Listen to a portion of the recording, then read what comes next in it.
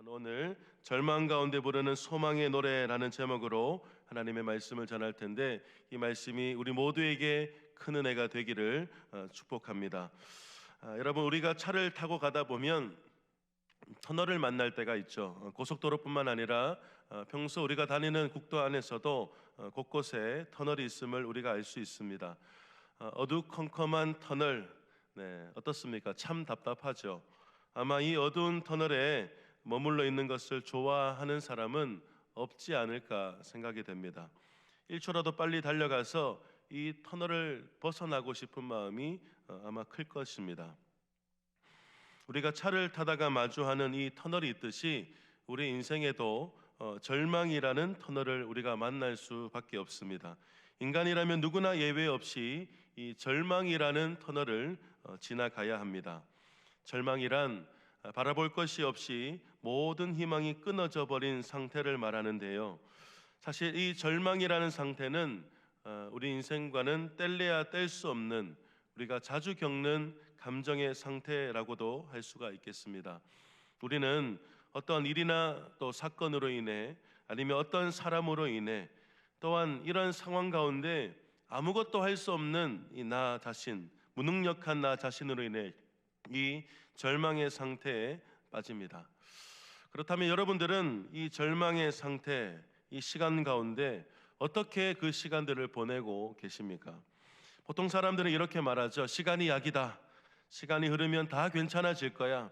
아마 생각하지 말고 조금만 참아라고 말하면서 이 고통과 절망의 시간을 그저 아무 의미 없이 시간만 흘려보내는 사람이 있는 반면에, 어두운 이 터널과 같은 이 매우 어둡고 답답한 이 절망적인 시간들을 나에게 좋은 깨달음과 또 다른 성장의 기회로 삼는 사람이 있습니다.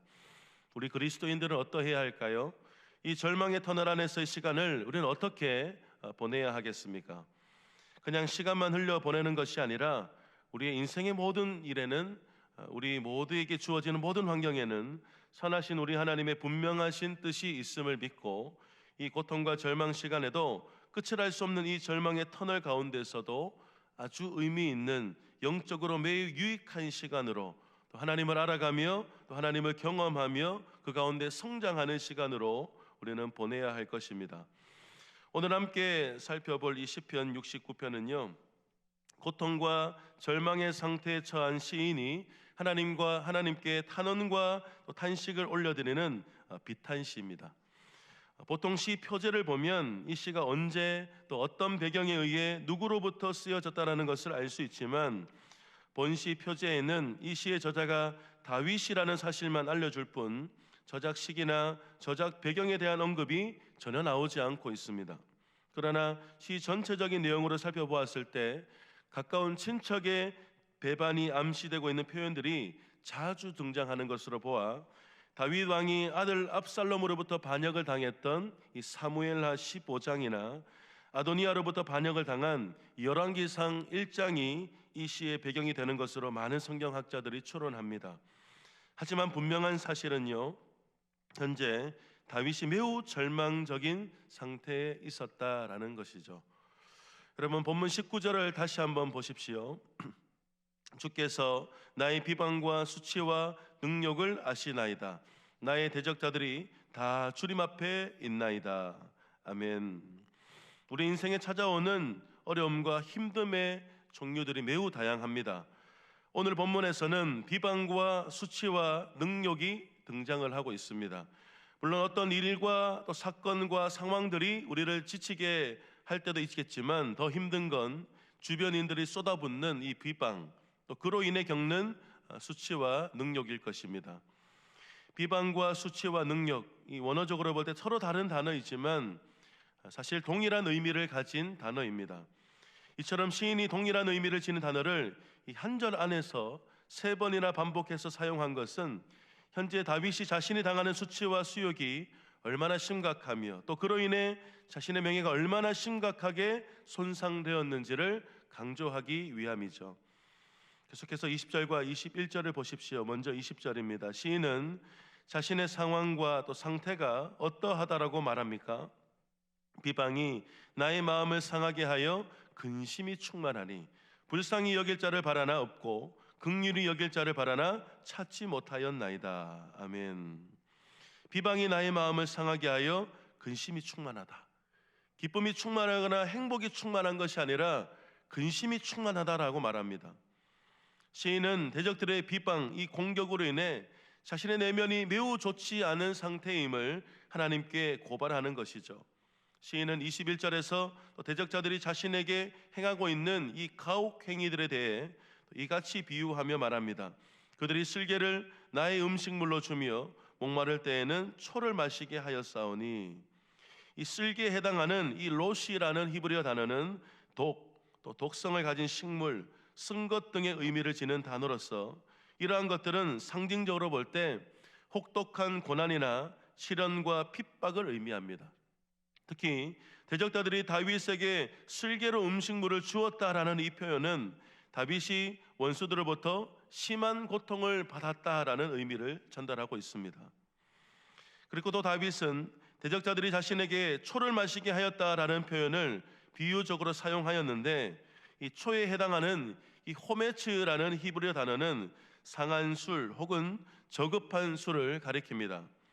보통 이 술은 노예나 죄수와 같이 비천한 자들이 먹는 술입니다. 따라서 이 초를 마셨다라는 것은 다윗 왕이 노예나 죄수처럼 극도의 멸시를 당한 상태, 모멸감을 가진 상태였다라는 것을 우리에게 말해주고 있습니다. 그런데 다윗이 더욱더 절망의 상태에 빠질 수밖에 없던 이유가 무엇입니까? 아무도 없다라는 거예요. 여러분, 20절 말씀을 우리 다 같이 한 번 더 읽겠습니다. 비방이 나의 마음을 상하게 하여 근심이 충만하니 불쌍히 여길 자를 바라나 없고 긍휼히 여길 자를 바라나 찾지 못하였나이다. 아멘. 시인은 자신을 향해 대적자들이 행했던 이 횡포로 인해 자신이 쓸개를 먹고 또 초를 마시는 등 마치 지금 죽음의 세계 속에 살고 있는 사람처럼 깊은 탄식을 하였죠.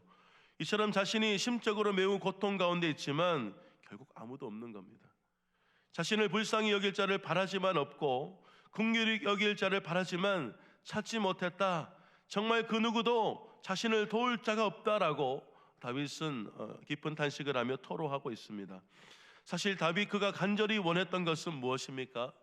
사람들의 이해나 또 긍휼과 위로이겠죠. 사람들의 따스한 손길이었을 것입니다.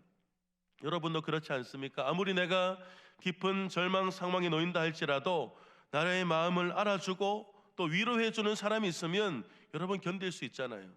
진짜 나를 힘들게 하는 것은 이 절망적인 상황이 아니라 내 주위에 아무도 없을 때, 정말 내가 기댈 곳이 없을 때인 것 같습니다.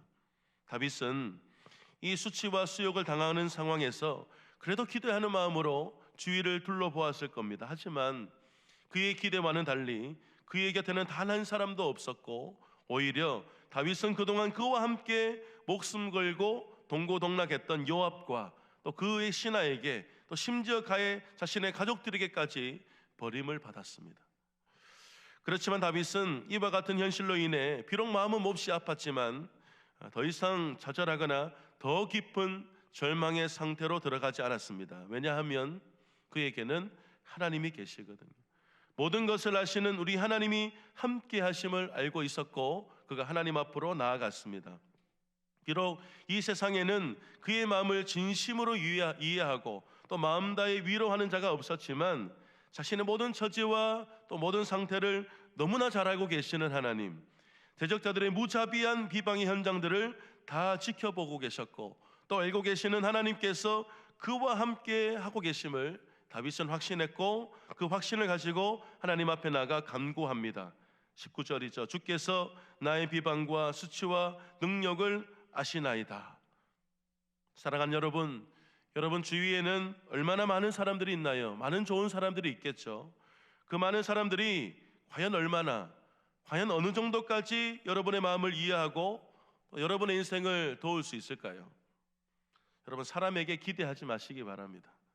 사람은 결국 유한한 존재로서 누구나 한계성을 가지고 있습니다. 우리가 의지할 대상이 못 된다라는 겁니다. 그래서 시편 146편 기자는 우리에게 이와 같이 교훈했죠. 146편 3절입니다. 귀인들을 의지하지 말며 도울 힘이 없는 인생도 의지하지 마라. 그리고 5절에서 7절까지 이렇게 교훈했습니다. 야곱의 하나님을 자기의 도움으로 삼으며 여호와 자기 하나님에게 자기의 소망을 두는 자는 복이 있다. 여호와는 천지와 바다와 그 중에 만물을 지으시며 영원히 진실함을 지키시며 억눌린 사람들을 위해 정의로 심판하시며 줄인 자들에게 먹을 것을 주시는 이시로다. 여호와께서는 갇힌 자들에게 자유를 주시는도다. 아멘. 여러분, 그 어떤 유명 인사도 또 그 사람의 능력도 절대 여러분의 인생을 도울 수도 또 책임질 수도 없습니다. 여러분이 그 어떤 상황 가운데서 절대적으로 의지하고 또 바라보아야 될 대상은 바로 하나님뿐입니다. 여러분의 아픔과 억울함을 다 아시고 또 고통과 절망이 아닌 기쁨과 소망의 자리로 인도하실 수 있는 분은 오직 하나님뿐임을 여러분 반드시 기억하시기를 바랍니다. 혹시 아무리 생각해보고 또 돌아봐도 내 주위에 사람이 없습니다 라고 하시는 분이 있습니까? 여러분, 그 누구도 나의 이런 마음의 상태를 알려고 하지도 않고 또 알 수도 없습니다 라고 생각하시는 분이 있습니까? 여러분, 괜찮습니다. 오히려 내 주위에 사람이 많이 있는 사람보다 오히려 여러분이 훨씬 하나님을 의지할 수 있는 확률이 더 높을 수도 있어요. 비록 내가 사람들로부터 외면을 받는 외톨이일 수도 있고 또 정말 내 마음을 알고 진심으로 공감할 수 있는 이가 단 한 사람도 없어 보일 수도 있겠지만 창세전부터 우리를 아셨고 또 우리를 지으신 또 창조주 하나님, 지금도 온 천지 만물을 주관하시며 다스리고 계시는 하나님께서 여러분의 인생과 함께하고 계십니다. 우리의 모든 과거와 현재와 심지어 우리의 미래까지도 다 알고 계시는 하나님께서 여러분의 상황과 또 그 상황 때문에 절망하고 있는 여러분들을 지켜보고 계시고 또 반드시 우리를 도우시기에 여러분은 절대 이 절망의 상태에 빠지거나 그 절망의 상태에서 머무를 필요가 없다라는 겁니다. 다윗은 결국 그 믿음을 가지고 있었던 겁니다. 그 믿음 가지고 여기까지 온 거 아닙니까? 다윗에게 이 고통과 절망의 순간은 이 순간이 처음이 아니잖아요. 다윗은 시도 때도 없이 찾아오는 인생의 위기와 또 절망 순간 가운데 사람 의지하지 않고 오로지 하나님을 의지했습니다. 거대한 골리앗 앞에서도 하나님을 의지하며 주눅들지 않고 당당했죠. 또 사울의 끊임없는 추격과 공격 속에서도 하나님을 의지하며 하나님의 도우심을 구했습니다. 자신의 모든 억울함을 풀어주시고 마침내 공의와 정의를 행하실 우리 하나님을 다윗은 바라보았습니다. 다윗은 그가 직면한 문제와 자신의 마음 상태 그대로를 가지고 하나님께로 나아갔습니다. 그를 비방하는 자들 또 그들로 인해 가지게 된 수치와 능력의 마음을 그대로 하나님께 가지고 나아가 탄원하는 기도의 내용이 오늘 본문 22절에서 28절까지 기록되어 있습니다. 시간 관계상 오늘은 자세히 살피지 않겠지만 이러한 모습과 기도는 다윗이 자주 사용했던 방법으로서 우리가 우리 앞에 당면한 문제를 우리가 스스로 해결하기보다 우리가 스스로 대적자들을 향해 대응하기보다 모든 것을 아시고 또 의인과 악인의 송사를 판단하시는 하나님께 기도하며 맡기는 것이 더 지혜로운 방법임을 잘 교훈해주는 대목입니다. 여러분, 절대 여러분이 이 상황 가운데 해결하려고 덤벼들지 마시고 하나님께 맡기시길 바랍니다. 하나님께 맡기고 믿음으로 기다리시는 지혜로운 성도들 되시기를 바랍니다. 이 다윗의 신앙의 진면목은 결국 29절에 등장을 하는데요. 29절에서 31절까지 여러분 다시 한 번 더 우리 다 같이 한번 읽어보겠습니다. 29절부터 시작입니다. 오직 나는 가난하고 슬프오니 하나님이여 주의 구원으로 나를 높이소서. 내가 노래로 하나님의 이름을 찬송하며 감사함으로 하나님을 위대하시다 하리니 이것이 소 곱불과 굽이 있는 황소를 드림보다 여호와를 더욱 기쁘시게 함이 될 것이라. 아멘. 다윗은 이 절망적인 상황 가운데서도 구원의 하나님을 찬송합니다. 오직 나는 가난하고 슬프오니 하나님이여 주의 구원으로 나를 높이소서. 내가 노래로 하나님의 이름을 찬송하며 감사함으로 하나님을 위대하시다 하리니. 다윗은 자신의 처한 상황과 이 실망스러운 자신의 모습에 머무르지 않고 구원을 이루실 하나님을 확신하며 찬송합니다. 이 앞선 29절에서만 해도 다윗은 자신이 처한 형편으로 인해 매우 마음이 가난하고 슬픈 상태임을 토로했었는데 갑자기 노래하고 찬양하며 감사함을 표현하는 것이 다소 어색하게 느껴질 수도 있겠지만 영혼 없이 드리는 찬양이 아니잖아요. 다윗에게는 분명한 믿음이 있습니다.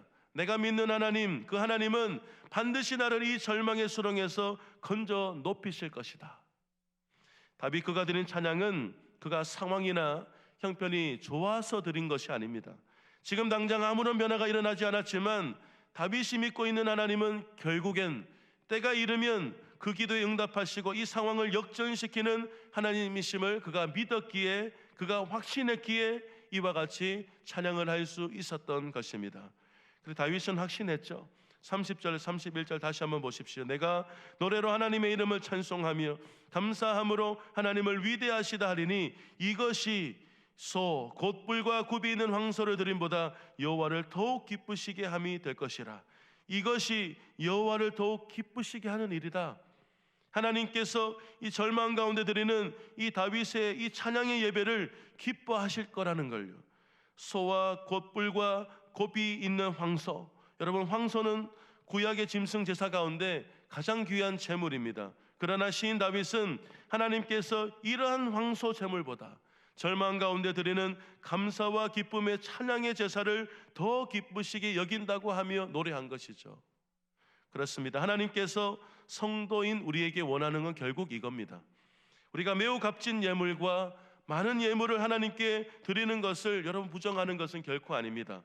하지만 하나님께서 우리에게 원하시는 것은 우리가 어떠한 어려운 가운데 상황에 처한다 할지라도, 그 어떤 절망적 상태에 있을지라도 하나님의 구원을 확신하며 감사와 기쁨의 찬양으로 올려드리는 것, 그런 삶을 사는 것을 기뻐하시고 또 원하신다라는 겁니다.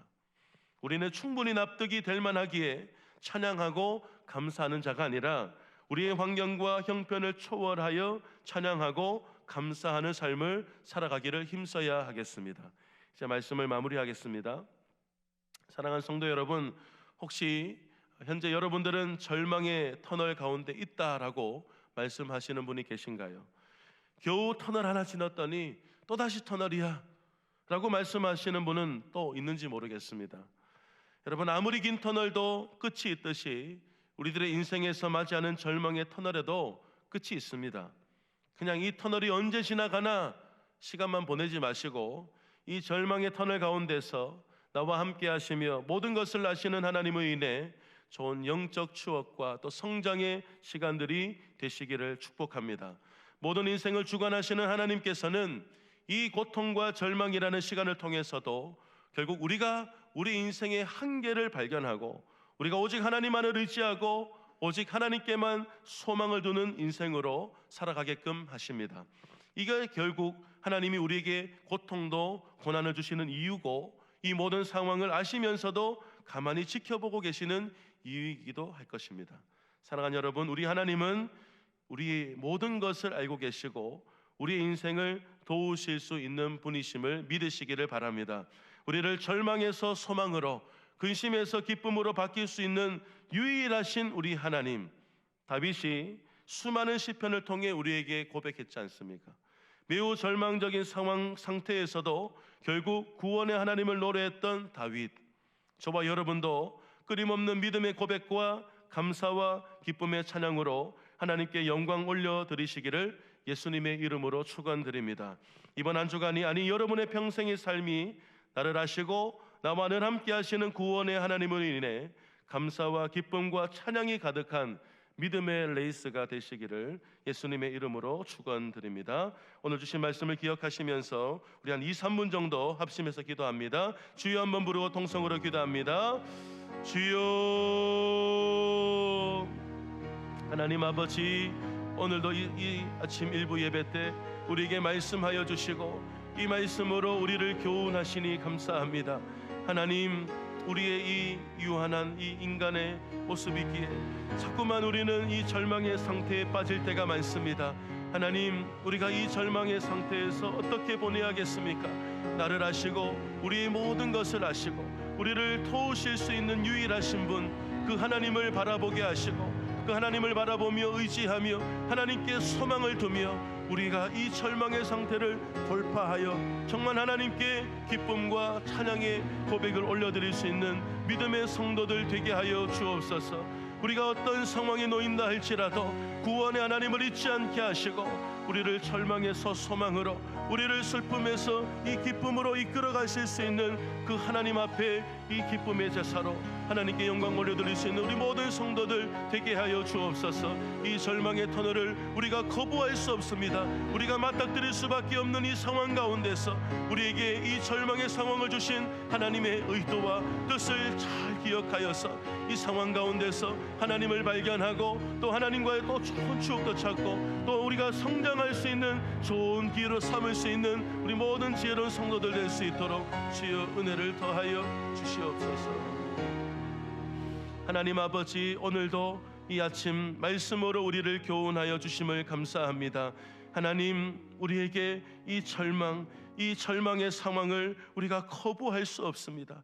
이 절망적인 상황 가운데서도 세상 사람처럼 그냥 시간만 흘려보내는 그런 어리석은 자가 아니라 이 절망 상황 가운데서도 나를 아시고 나와 함께 하시는 하나님을 기억하는 우리 성도들이 되게 하시고 이 절망을 소망으로 이끌어 가실 수 있는 우리 하나님을 바라보면서 기쁨으로 찬양하고 구원의 하나님을 노래할 수 있는 우리 모든 성도들 되게 하여 주옵소서. 그래서 인생 가운데 정말 어려운 순간순간마다 하나님을 경험하고 우리가 하나님을 또 경험하여서 정말 우리의 인생 가운데 하나님을 경험한 수많은 찬양들이 우리에게 기록되어질 수 있도록 우리 주여 축복하여 주옵소서. 모든 것 감사드리오며 예수님의 이름으로 기도드립니다. 아멘. 주 예수 그리스도의 놀라우신 은혜와 하나님의 극진하신 사랑과 성령의 위로 교통하심이 그 어떤 절망의 순간에도 나의 하나님, 구원의 하나님으로 인해 내가 기쁨의 노래로, 내가 소망의 노래로 부르겠습니다. 결단하는 온 백성들의 머리 위에, 이들의 삶과 이들의 신앙의 모든 여정 위에 충만히 있을지어다. 아멘.